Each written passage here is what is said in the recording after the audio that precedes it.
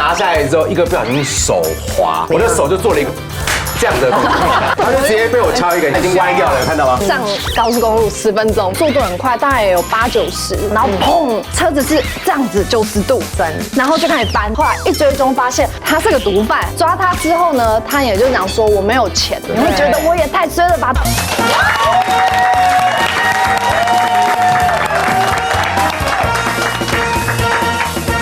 欢迎收看真心分享小铃铛。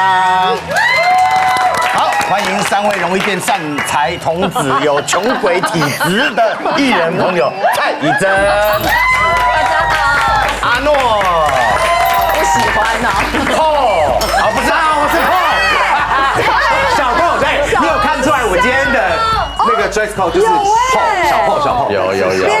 变成 PO 会比较变有钱，对不对？对，那这太穷了，真的太穷了。好，今天2位专家翻转你们的命运，来欢迎我们的命理专家谢文琴老师，还有我们的律师刘伟霆。好，鬼门关了啊，好兄弟应该也都回去了。偏偏呢，有一些类型的好兄弟忘了回去，就在我们现场。什么意思啊？他们就是有穷鬼体质的穷鬼，真的。好可怜哦！哎，奇怪，明明就很努力，然后也很省吃俭用，对不对？钱都好像花在刀口上，可是莫名其妙钱就是都留不住，会有很奇怪的原因，这个钱就默默的就飘走了。对，先来看看阿诺的，来，而且到底有多穷鬼体质？到大都是这种从小到大都这样对，都是这种体质。碎钻戒指戴没几天，洗个手就消失无踪。你知道吗？这时候我还蛮年轻的，就是大概20出头的时候，就小女生，然后妈妈就给了那种一圈那种小碎钻，就是戴在手上，就觉得自己很贵气啊，自己也很淑女啊这样。可是有一次是跟朋友去吃饭。就是去厕所洗个手，对，吃个饭，回家之后他就不见了，他就从我的手指头上面消失了。因为这件事情，你知道吗？我真的很害怕，我在想说，我能不能踏进家门啊？你知道吗？但是我跟厕所都是非常有缘分。你知道以前 Nokia 海豚机，那时候要一只都是要几万块嘛。我有一次去补习的时候，我就跟我妈妈说。哎，你手机要不要借我？因为我去补习，这样你们如果要去接我什么的话，你们打电话给我，才联络得到我。然后我就拿了人生第一只手机，觉得很吓趴哦，这样子。然后我就拿手机，然后去捷运站做捷运的时候。因为我平常都我就把它放在后屁股，然后我就去上个厕所，然后去做捷运，坐在那边，捷运来了那一瞬间，门打开的时候，我突然听到一个雷声的感觉，砰！然后我想说发生什么事？啊？不对，我的手机小海豚，对，怎么没有在屁股上？然后我想，那个 moment 真的是哦，天打雷劈，真的，对，我就用奔的冲回厕所。我想说，一定是我刚刚上厕所的时候，我这样子顺手把它拿起来放在那个卫生纸上面，然后忘记拿了。我现在冲回去应该还有机会。我一冲进去的时候，我说大家不要走，嫌疑犯，全部都嫌疑犯。就在这时，厕所就出来一个人，我说不好意思，小姐。你有没有看到里面有一只手机？他说没有啊。我说那你知道你上一个进去的人是谁吗？他说我不记得了。我说那你确定有没有丢到你包包里头吗？然后他就说，他就看我，他就说都没有看到嘛，然后他就走了。然后我就找不到，我就坐在捷运上哭，捷运站哭了2个小时。所以就真的都我没有去补习。然后我妈也找不到我，因为没有手机联络不上，我不敢回家。你知道那只手机是才刚开封、拆模、装 SIM 卡，然后我妈就对全新的，当下真的哭到真是眼睛肿到不行。之后我是打公共电话给我哥哥，然后说。我可以接电话说你怎么了？我说手机掉了。然后全家人都在找我，可是好迷糊哦。就不是手机掉就算了，然后你也不赶快回家或什么的，你这样家里也很担心啊。对，我爸妈差点要报警了，想说到底发生什么事，人掉，手机掉，这样整个人都不见了。那个时候啊，无数人钓小海豚，很奇怪，就是小海豚特别会钓。这么后来都市传说说小海豚会游走。回到大海去了，不应该买小海豚啊，买错了。很老矮呀。这么新鲜，生命中最痛彻心肺的丢掉东西。你知道我从嘉义风尘仆仆来台北念书，然后我打了无数个工，终于存到我人生第一个5万块，然后买了一台当时最拉风的豪爽125。好爽哦！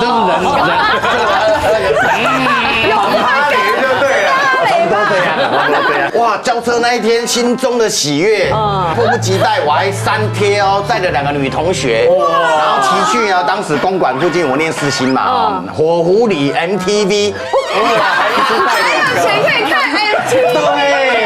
啊，我那时候租房子在永和中正桥那附近嘛，租屋处在3楼，我就停在1楼，对不对？早上8点起床，迫不及待想要再看我的爱车这样子，然后我就坐电梯下来，门打开，跟大卫魔术一样啊，因为那个是鲜艳的红色，然后你知道多拉风，怎么会没有？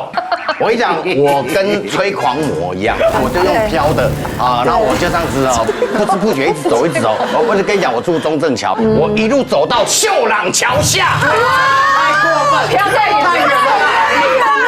我就觉得是不是有人骑了我的车，然后呢骑觉得良心发现了，丢路边随便丢在路边，所以我这样走了，到处看，寻觅觅，然后无情的雨渐渐把我打醒，让我的心。等一下我看在想歌词的，还是感人冷的冰雨在脸上胡乱的拍，好不好？让我的泪和雨水一样冰。对了，只是和雨水一样冰。然后我终于接受这个事实了，也不能再去看 MTV 了。所以你那个小海豚没什么，没什么。有没有差好多了？有没有好？真的，我觉得差不多我们3个都可以走。对啊，那我们差不多就这样了。那阿虎，你有掉过什么不重要的东西吗？对，掉的东西就很不重要。我最撕心裂肺的是他掉了他的头发，再也找不到。我以前最常掉东西的原因都是因为喝酒。喝酒真的是误事，自己要喝醉，你能怪谁？对，所以我之后去喝酒都会身上背一个包包，对，然后就是里面放我所有的贵重物品啊，钱包、手机、钥匙，全部都放在里面，然后想说这样就很安全，就算我喝醉路倒或怎么样，我这样包包在身上，我也比较安心。但有一次就真的实在是喝得太瞎了，本来比如说我在东区喝酒嘛，对不对？然后就眼睛睁开的时候，发现我人在西区，在西门町附近，我一直在走路，对，差不多从那个中正桥走到秀朗桥，你差不多那么远。他们很能走，我意识到的时候，我想超能走，真的很，我想喝醉酒的人很可怕，好不好？然后反正我发现的时候，我已经来不及了，因为我发现我的包包是打开的哦，然后我感觉到我全身的东西都不见，包括我的帽子，我以前都会戴帽子出门，然后我就回头看，哎，还好地上掉了就是。有我的帽子啊，有我的外套啊，像糖果屋，你知道吗？真的，像糖果屋，我就一路一直捡，对，捡回去，再捡，发现可是呢，我的钱包是不见的。对，然后我这人又有一个坏习惯，你知道穷鬼哈，就是明明就没钱，但偏偏要提很多钱放在身上压。就这样有安全感，讲话比较大声啊，所以我习惯上都会带个1-2万块，所以就是整个你身上都带1-2万出门，那是我全部的积蓄，怎么了？我就觉得这样备的精神啊，出门会把全部的家当带在身上，比较安全感。对，就是我明明可以少掉几千块，但是我偏偏要提这么多钱，所以就全掉了，这是我人生损失最惨重的一次，基本上是我1个月的生活费。那至于刚刚这个掉手机，我有一个。切身之痛，这也是我气到晚上一直在呼自己巴掌，因为我真的很生气，因为我那天对我那天真的没喝酒，我清醒到一个不行，然后就带着那个耳机，然后就坐上计程车，对不对？然后我不是有背包包嘛，所以贵重物品都在里面，我都会这样抱着，一定很安全，对不对？但是我刚好在滑手机，然后听音乐嘛，跳音乐，然后我就睡着了，然后计程车到我家之后，计程车司机就把我叫起来，然后我就付了钱，我就下车嘛，然后下车我就一摸，哎。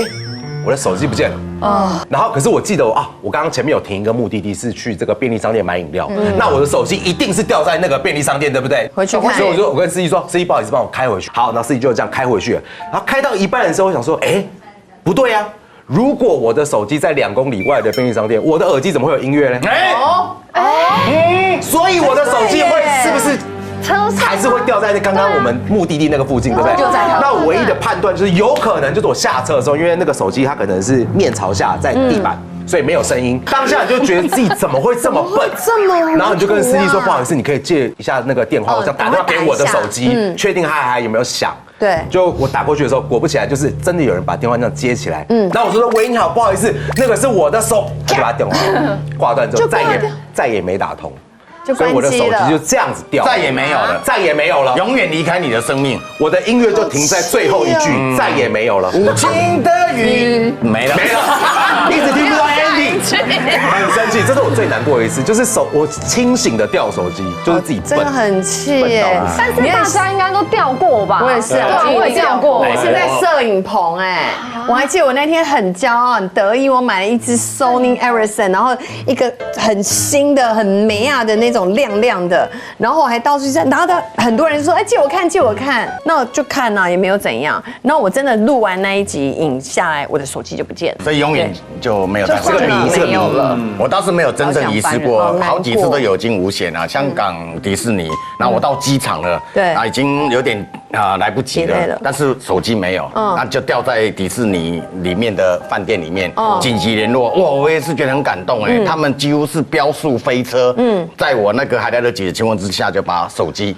送到机场。哎呦 VIP， 所以我对迪士尼充满了感念。那从那以后呢，其实我一直对手机一直有遗失焦虑症啊。有时候他走的时候，你在这里，你手机漏电大家东西丢了你，有掉过手机吗？当然没有，我怎么会掉手机呢？那你有戴着眼镜找眼镜吗？偶尔会发生。我要讲说，大家东西掉，顶多就是那个东西没有了。对啊，但是不会再有更倒霉的事情发生。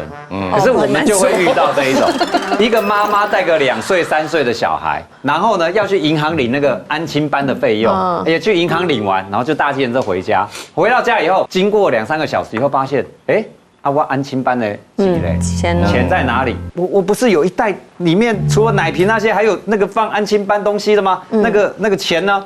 然后存折、印章、钱都放在一起，都没找到啊。所以他想说惨了，那是不是掉在计程车上？赶快打电话报警。我东西可能掉在计程车上。警察问计程车哪一台？对，我也不知道啊。开始协寻嘛，就开始什么警广，开始有没有谁？经过半天一天都没有下文，赶快去警察局。警察，我昨天协寻没有，我今天来挂失我的存折。你的存折已经是警示账户了。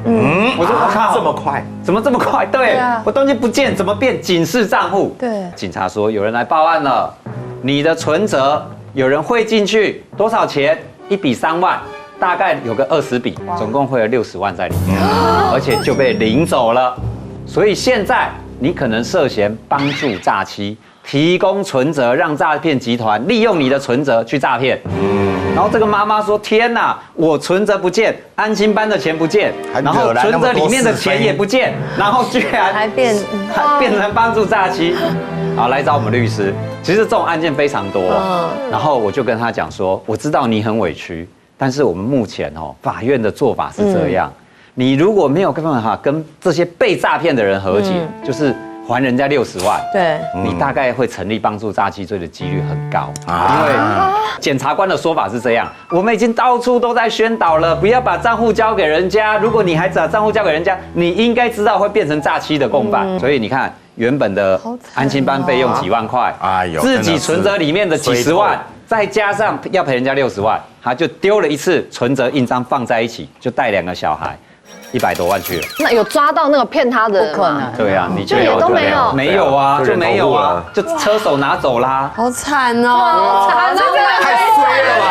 这个故事如果说那个妈妈还是一个可怜的单亲妈妈，赔不出来100万，才能赚到这些钱。卖芝麻球也可以啦，然后靠着一个小摊养活一家人啊，遇到这种那可能就带小孩去，对，就没命了。对呀，想不开了。你不是也被偷过东西？哦，我被偷好多东西。偷心是偷心。被找到了。上次在欧洲，我在对啊，就是这次去英国的时候啊，反正就是我女儿就是说啊，妈咪，我好想要试穿那个衣服，然后我想说，哎，我们大包小包的，但一进去就人很多啊，然后她又说她要试穿哪了几件，所以我就去外面想说这个。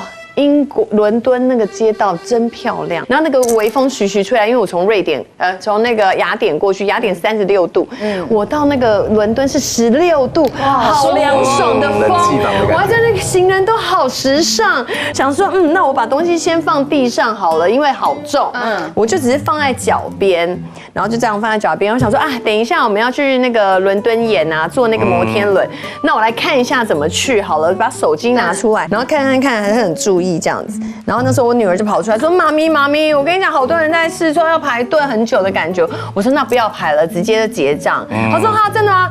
就在这个时候，真的吗？我说：“对，因为我想要赶快回饭店。”不见了，饭店对，饭店，怎么不见了？而且是对，就在我脚旁边，不见了，速度很快，超快的。然后我就赶快把另外2袋拿起来，因为是最贵那个小箱那一袋被拿走，把另外2袋拿起来。然后我女儿我们2个就愣在那里，真的完全不知道要讲什么。然后我女儿就哇难过，就说妈咪那怎么办？我说我们赶快回饭店。那你没有灵魂的一直走，从伦敦走到巴黎。现在是比谁走得远，对不对？现在比谁走得远？我还从塞纳河走到淡水了，对不对？跳一跳吗？太难过。而且你那一袋好像几10万哦。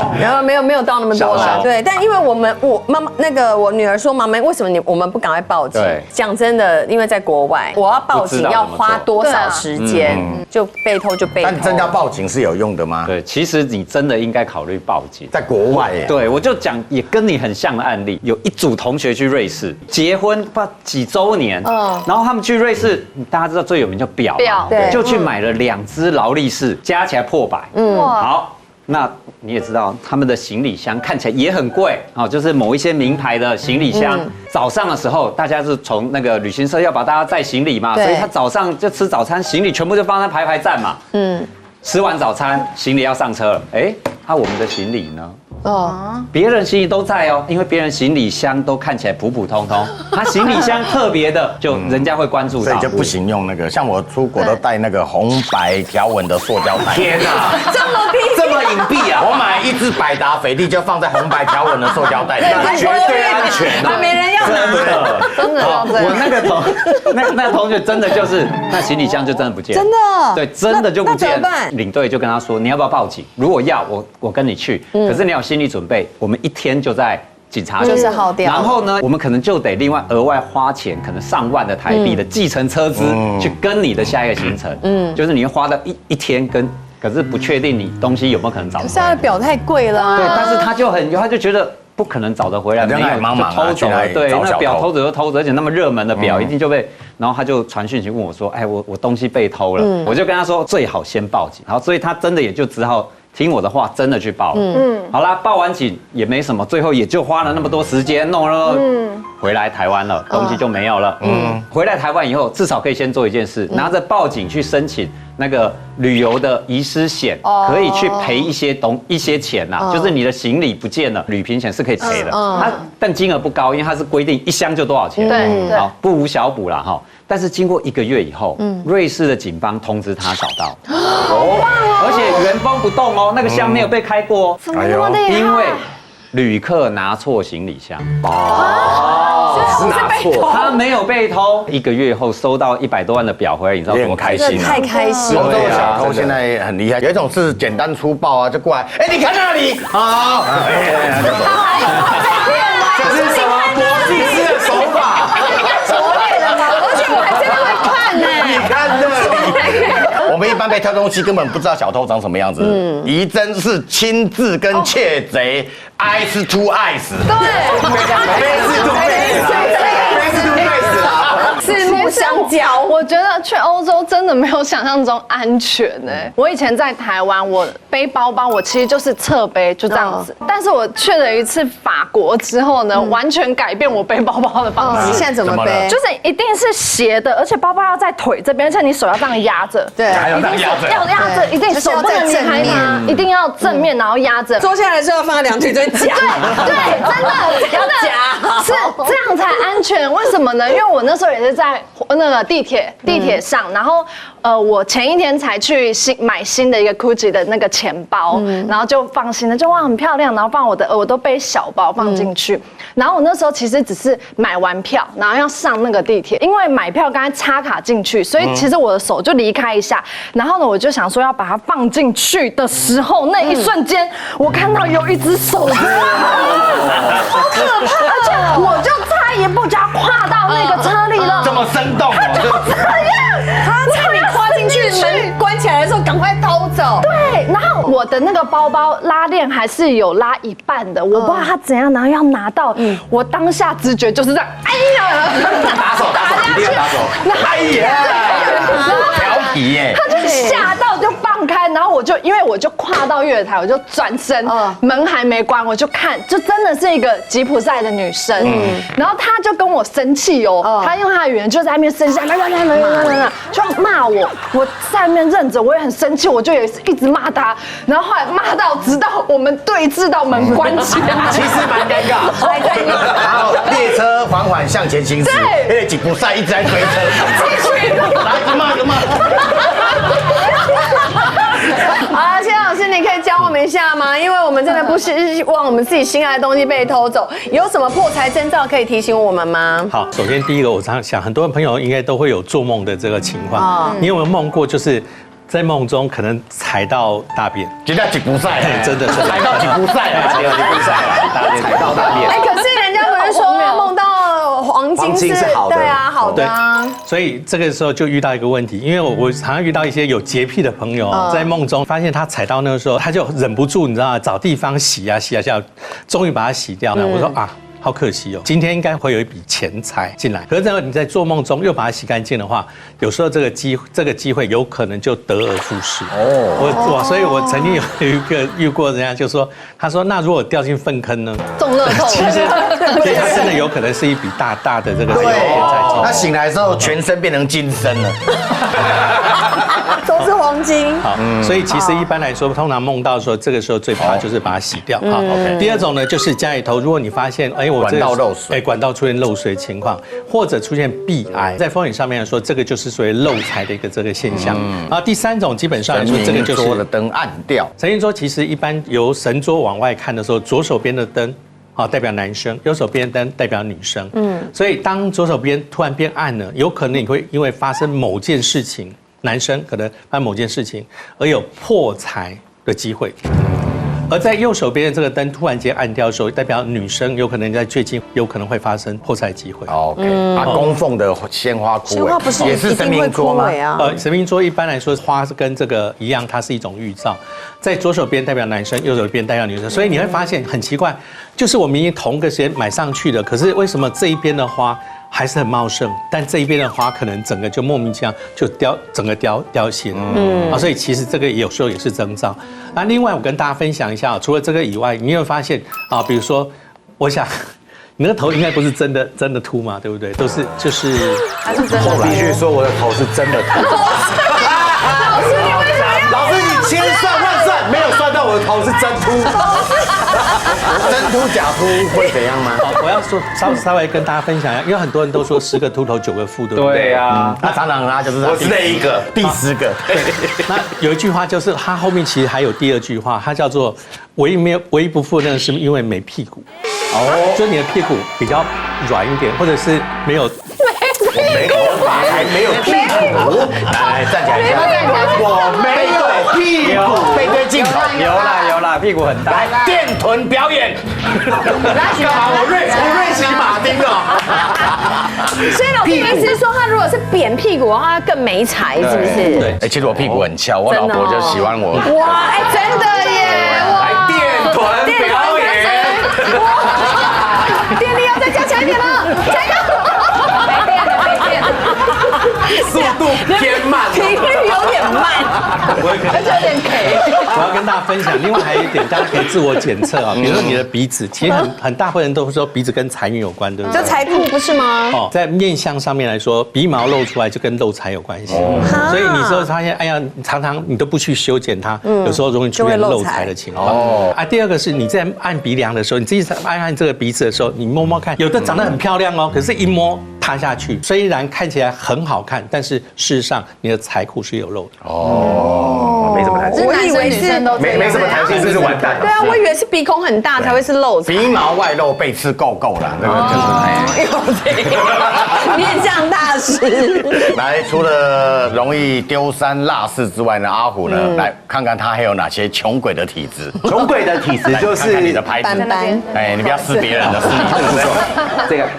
传阅朋友名牌眼镜，失手把眼镜捏坏。没错，这个我人生第一个精品就是它，LV 的眼镜 LV 啊，LV 的太阳眼镜。有在看 DVD 吗？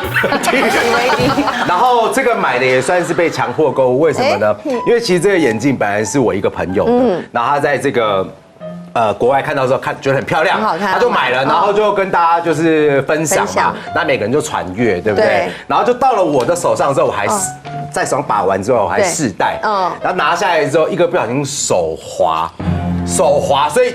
它其实，在空中的时候，我心里有那个走马灯要经过，我知道它会摔破，我知道它会刮坏，我知道它这个可能会就是我要赔偿，所以我一定要想尽办法用命去拯救这个眼镜。对，所以我的手就做了一个这样子的动作。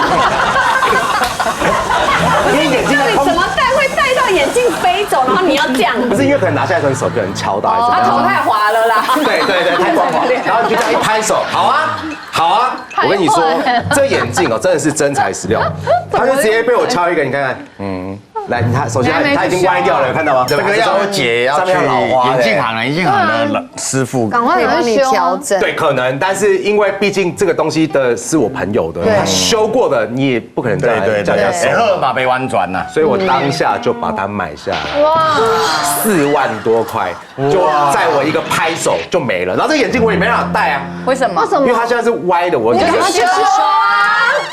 你讲的有道理，你现在戴起来看看，我看起来搞不好还不错，说不定很好看，对不对？为什么今天你自己戴戴看，搞不好你就是流行。对，你看，你说这样珍贵奇行，杰克船长，哎，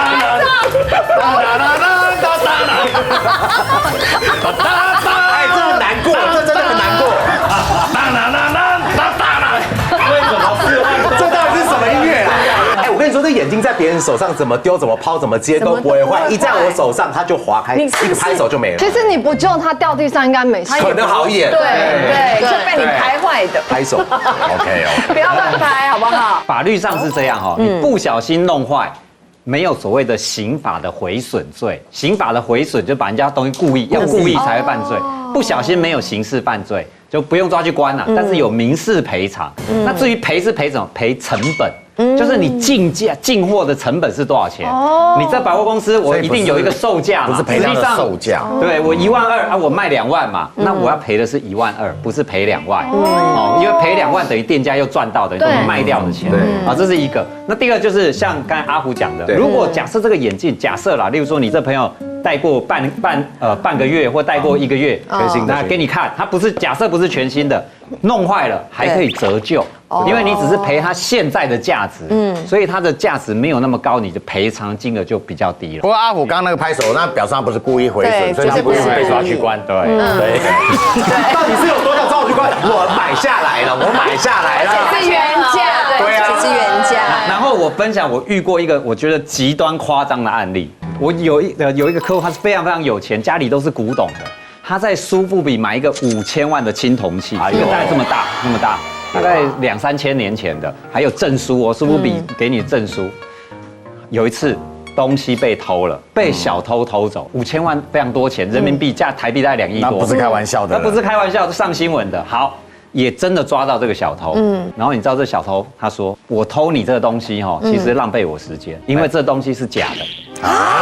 你偷走我的东西，竟然还说我东西是假的，而且还有这个鉴定能力，他该不会那个小偷是秦4林？不是，秦老板，应该是那个小偷竟然有这等能力啊！那个小偷拿去要卖秦4林，然后秦4林东西在给咖喱啊！想要鉴定价钱，结果竟然那些是假的。小偷自己就觉得我怎么偷了一个假的东西还卖不掉，所以放在他家里被你抓到。哎，那我们当然不可能接受嘛，觉得你就唬烂，送去故宫鉴定。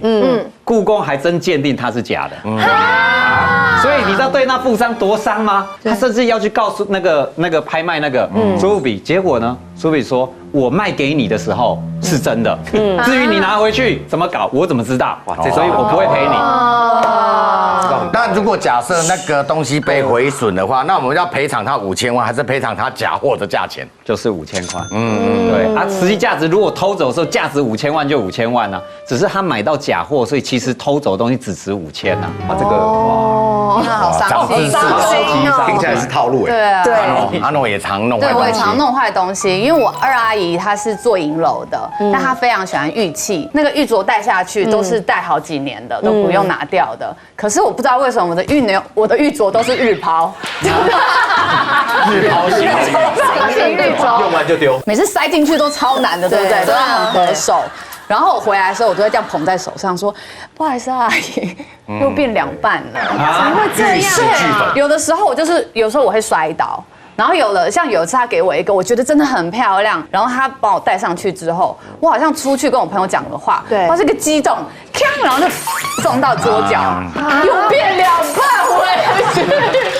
除了这个以外，我跟你讲，还有个更夸张的。我有次跟我的小男朋友去看电影，然后那时候学生时期嘛，然后就想说坐在一起，想要把那扶手拿起来，对，然后2个可以靠近一点。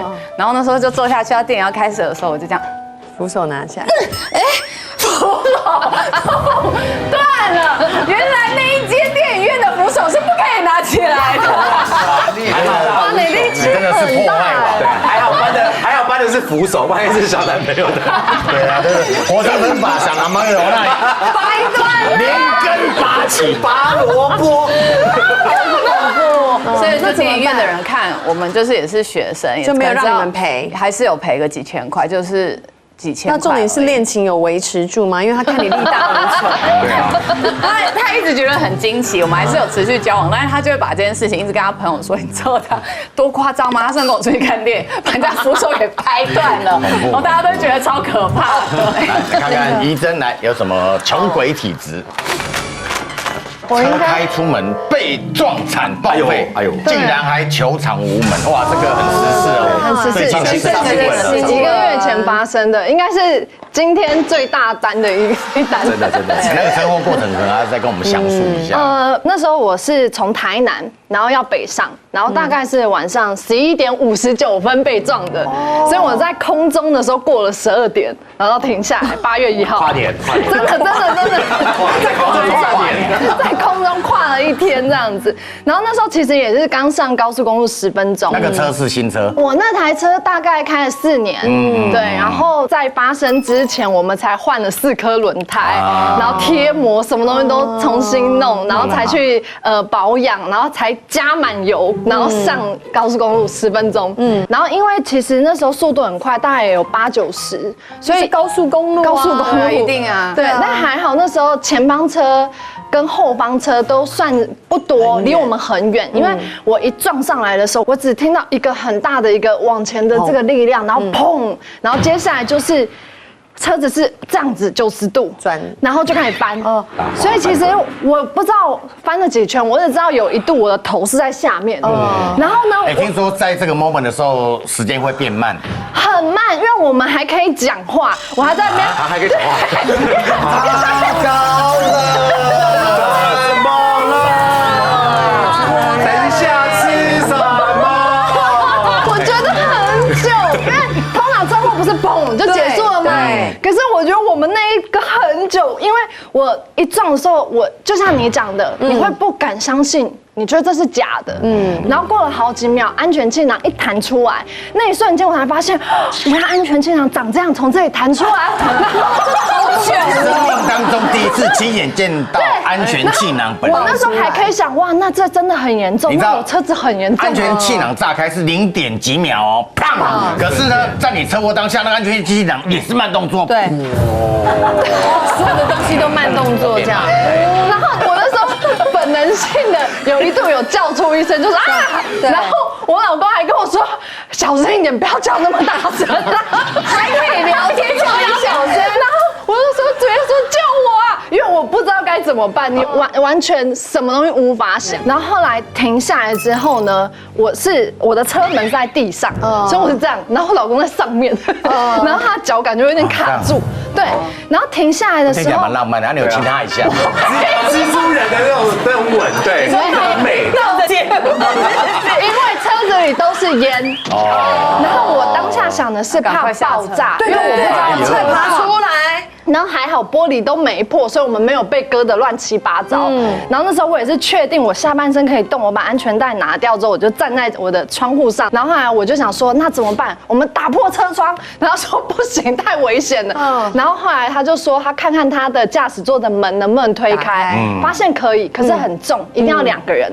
所以我们2个就是一起合力把它推开。我那时候就想说，按喇叭发出声音好了，因为其实那一刻你完全不知道东西南北，你不知道你被撞到哪里，然后甚至你不知道有没有下一波，你只知道说我要赶快离开车子。对，因为你们还在高速公路上的，对，所以我就一直按喇叭，后面有人撞上，然后他一爬上去，他就吓到了，因为我们的车子的肚子是这样子，所以是面对快车道，所以他们过来是看不到我们，因为整个是黑的，对，肚子是这样子，是朝着大家的方向过来。所以他说他一上去的时候就看到有好几台车过来，所以他就一直挥手，所以他看到至少两三台车很靠近，然后马上转，然后就马上转。他说：“老婆，你要赶快出来，会追撞。”然后我才想到这件事，我就赶快爬出去。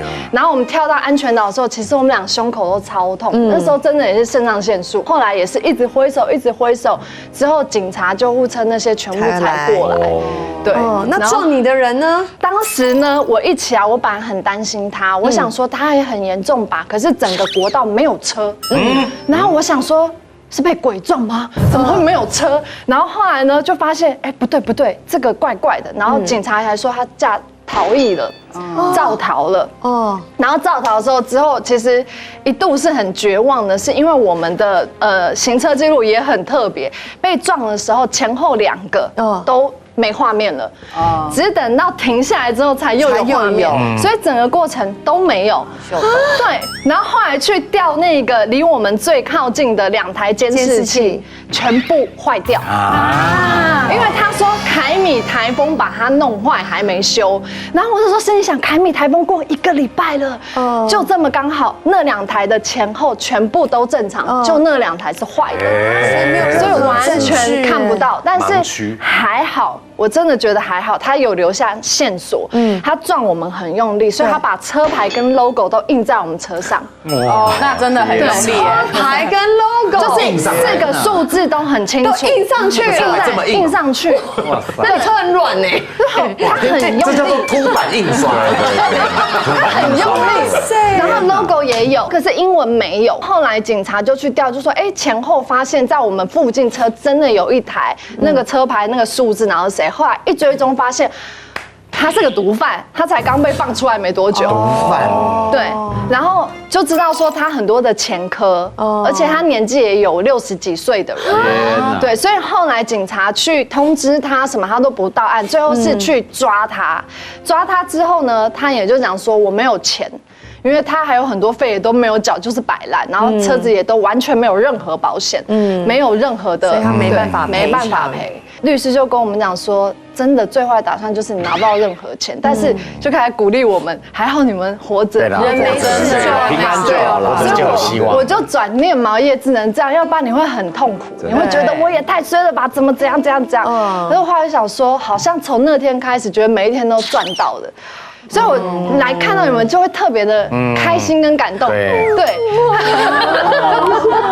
不要哭了，来了，这个眼镜送你了，眼镜送你了，送给你了，不要哭，4万多块啊！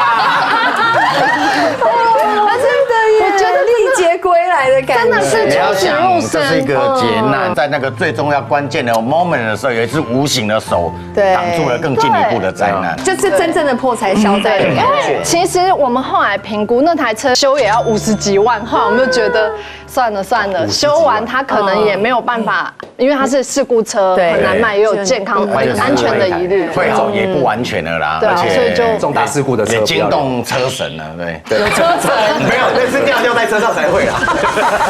请谢老师来跟我们分享一下，就是说哪一些生肖要特别小心，流年不利大破财。对，我现在从第3名开始看起哦，是什么生肖在未来的3个月内？好，来，第一个就属鼠的生肖，属鼠，我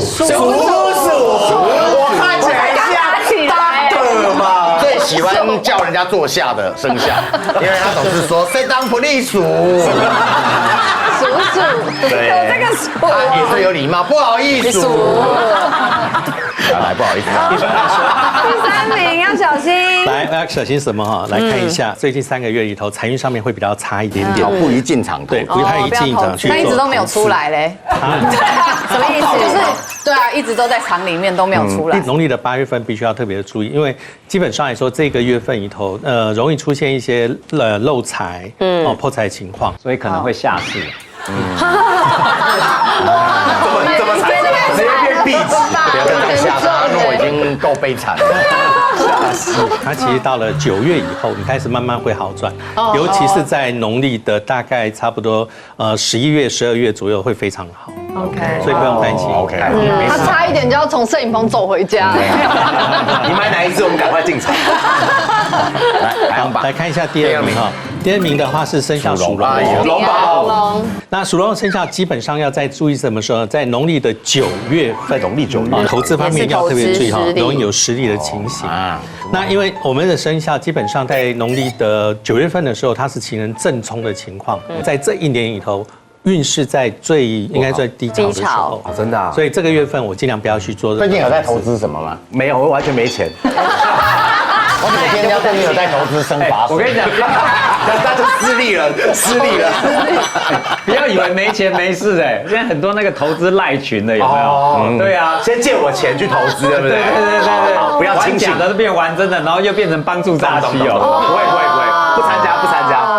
OK，所以这方冷静面一定要稍微的注意哦。好，来揭晓第1名了。第1名来看一下，第1名是属兔好的加赛，一针。然后在农历的8月份，也就是现在这个月份，大家观众朋友稍微注意一下，这边容易出现这个所谓的有争执或冲突的跟朋友还是跟老公都有？没有，他跟这没有关系。因为为什么呢？因为有很多人，我想要这么做，我觉得这个答案是这样子，但是有时候事与愿违嘛。所以在这个月份里头，所以这个月什么都不要做，基本上就是维持比较普通的状态。该做的还是要做。对，不要做大型的这个所谓的冒进，就是不要冒进，低调型。这样就 OK 了。好，农历鬼月就过了啦，但是衰鬼缠身是不分月份，一辈子。好可怕。always 保持乐观正面能量哈，活着就有机会，活着就有希望。等霉运过去的呢，一样雨过天晴，海过天空。没错，我们说祸福相依嘛，反正遇到不好的事情，用正面的那个态度去面对，一切都会变更好。今天还有很多没有播出的爆笑内容，请大家上网搜寻真心分享小铃铛脸书，还有未来继续台的 YT 频道哦。谢谢大家，谢谢谢，平安平安。